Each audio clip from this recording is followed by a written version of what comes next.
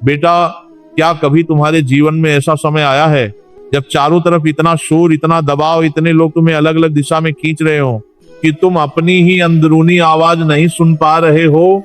जब तुम्हें लगता है मेरा निर्णय क्या है, मुझे किस पर भरोसा करना चाहिए, मैं किस रास्ते जाऊं, बाहरी शोर तुम्हें हिला रहा है और तुम अपने ऊपर से भरोसा खोने लगे हो। आज के श्लोक भाव में वही दृश्य दिखाई देता है। युद्ध भूमि में कौरव सेना के शंख, नगाड़े, भेरी, ढोल, गोमुख सब एक साथ बज उठे और उनका भयंकर शोर आकाश को गूंजा गया।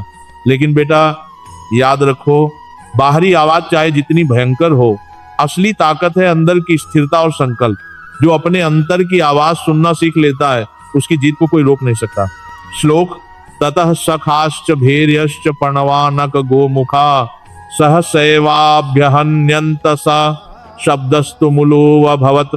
अर्थ: उसके बाद शंख, भेरी, मृदंग, ढोल और गोमुख ये सब वाद्य यंत्र एक साथ बजने लगे और उनका शब्द अत्यंत भयंकर कोलाहल में बदल गया। गहरी और विस्तृत जीवन शिक्षाएं: बाहरी शोर चाहे कितना भी हो, अपनी भीतरी आवाज को मजबूत रखो। बेटा, जीवन में अक्सर हम बाहरी आवाजों में खो जाते हैं। लोग क्या कहेंगे, समाज क्या सोचेगा, दोस्त क्या सोचेंगे, इन आवाजों में हमारी अपनी भीतरी आवाज दब जाती है। जैसे कौरव सेना का भयंकर शोर योद्धाओं के मन को डर से भर रहा था, लेकिन सच्चा योद्धा जानता है बाहरी शोर नहीं, भीतर का संकल्प ही उसे विजय दिलाता है। अगर तुम चारों तरफ की बातें सुनकर अपना रास्ता बदल दोगे तो कभी लक्ष्य तक नहीं पहुंच पाओगे। लेकिन अगर तुमने अपने भीतर की आवाज को सुना और उसमें अडिग रहे तो कोई भी शोर तुम्हें डिगा नहीं सकता। गीता सिखाती है असली ताकत भीतरी शांति और आत्मविश्वास में है। भयानक शोर असली शक्ति का प्रमाण नहीं है। बेटा, क्या कभी तुमने ऐसे लोगों को देखा है जो बाहर से बहुत बड़ी बड़ी बातें करते हैं, बहुत दिखावा करते हैं, लेकिन भीतर से बेहद कमजोर होते हैं? कौरव सेना का वही शोर था, बाहर से बहुत बड़ा लेकिन भीतर से टूटा हुआ। वहीं पांडवों की सेना छोटी थी पर उनका आंतरिक संकल्प और एकता अटूट थी। जीवन में भी ऐसे लोग मिलेंगे जो बहुत शोर मचाते हैं, लेकिन याद रखना, शोर नहीं, काम ही असली ताकत का प्रमाण है। गीता सिखाती है शक्ति का प्रमाण शब्दों में नहीं, कर्म में है। दबाव जितना बढ़े, भीतर की शांति उतनी जरूरी है। बेटा, जब परीक्षा का समय आता है, जब व्यापार में हानि होती है, जब परिवार में बड़ा संकट आता है, तब चारों तरफ दबाव और शोर बढ़ जाता है। तब क्या तुम टूट जाते हो या अपने भीतर शांति बनाए रखते हो? युद्ध भूमि का वह भयंकर शोर यही सिखाता है। दबाव आना निश्चित है, लेकिन जो व्यक्ति दबाव के बीच भी मन को स्थिर रखता है वही सच्चा योद्धा है।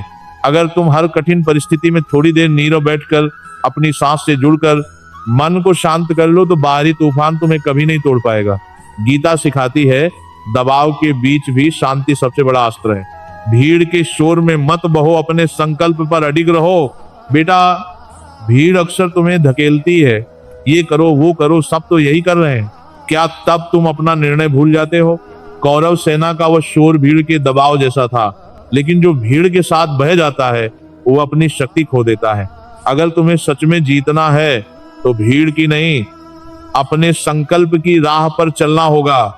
लोग क्या कह रहे हैं महत्वपूर्ण नहीं है, तुम क्या मानते हो यही तुम्हारा भाग्य बनाता है। गीता सिखाती है संकल्प पर अडिग रहना ही विजय का असली रहस्य है। अत्यधिक शोर भ्रम पैदा करता है, नीरवता दिशा दिखाती है। बेटा, क्या कभी ऐसा हुआ है दिमाग में इतने विचार भरे हो, इतने लोग इतने सुझाव दे रहे हो कि तुम सही निर्णय ही नहीं ले पा रहे हो? यही कौरव सेना के शोर ने किया, भ्रम पैदा कर दिया। लेकिन पांडव उस समय मौन थे, सही क्षण की प्रतीक्षा कर रहे थे। उनकी शक्ति थी भीतर की नीरवता, एकता और विश्वास। जीवन में भी यही सच है। जब दिमाग भ्रम से भर जाए तो जरूरत है बाहरी शोर बंद कर भीतर उतरने की। नीरवता ही तुम्हें स्पष्ट दिशा दिखाती है। गीता सिखाती है शोर भ्रम लाता है, नीरवता विजय की राह दिखाती है।